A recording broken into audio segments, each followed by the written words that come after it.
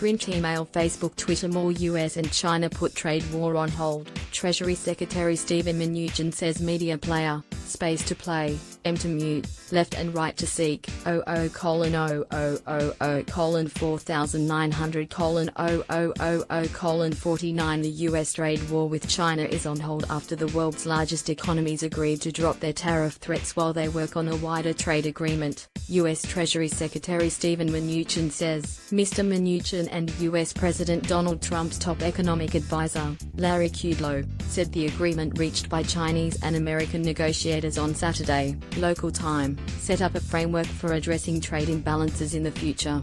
We are putting the trade war on hold. Right now, we have agreed to put the tariffs on hold while we try to execute the framework, Mr. Mnuchin said in a television interview on Fox News Sunday. On Saturday, Beijing and Washington said they would keep talking about measures under which China would import more energy and agricultural commodities from the United States to narrow the $335 billion $445 billion annual U.S. goods and services trade deficit with China. During an initial round of talks this month in Beijing, Washington demanded China reduce its trade surplus by $200 billion $266 billion.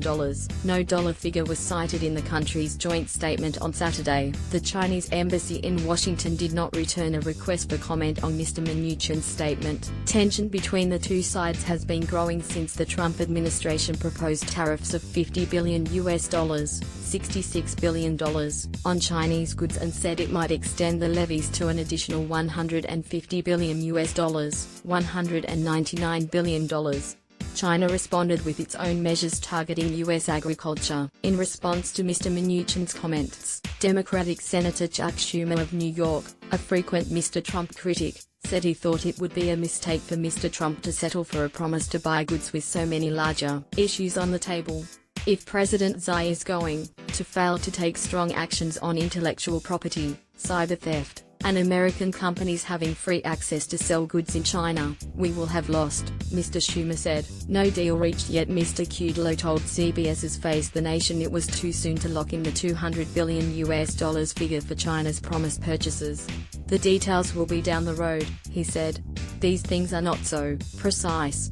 In addition, he told American ABC's This Week the broader issues were still in play, and China had structural reforms such as lowering tariffs and non-tariff barriers that would allow the United States to boost exports. Mr. Trump was in a very positive mood about this, Mr. Kudlow said. However, he said there was no trade deal yet reached.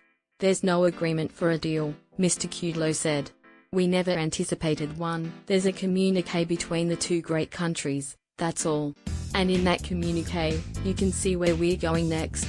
U.S. agricultural exports to China to increase by up to 40%. One next step will be dispatching Commerce Secretary Wilbur Ross to China to look at areas where there will be significant increases, including energy, liquefied natural gas, agriculture and manufacturing, Mr. Mnuchin and Mr. Kudlow said. Mr. Mnuchin said the United States expected to see a big increase of between 35% and 40% in agricultural exports to China this year alone and a doubling of energy purchases over the next 3 to 5 years. We have specific targets. I am not going to publicly disclose what they are, Mr. Mnuchin said. They go industry by industry.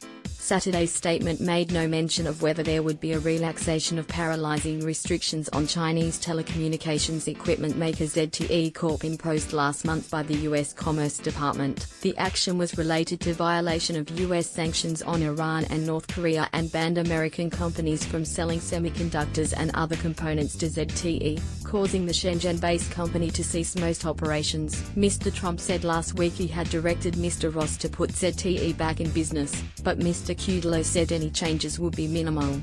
If any of the remedies are altered, they are still going to be very, very tough, including big fines, compliance measures, new management, new boards, he said.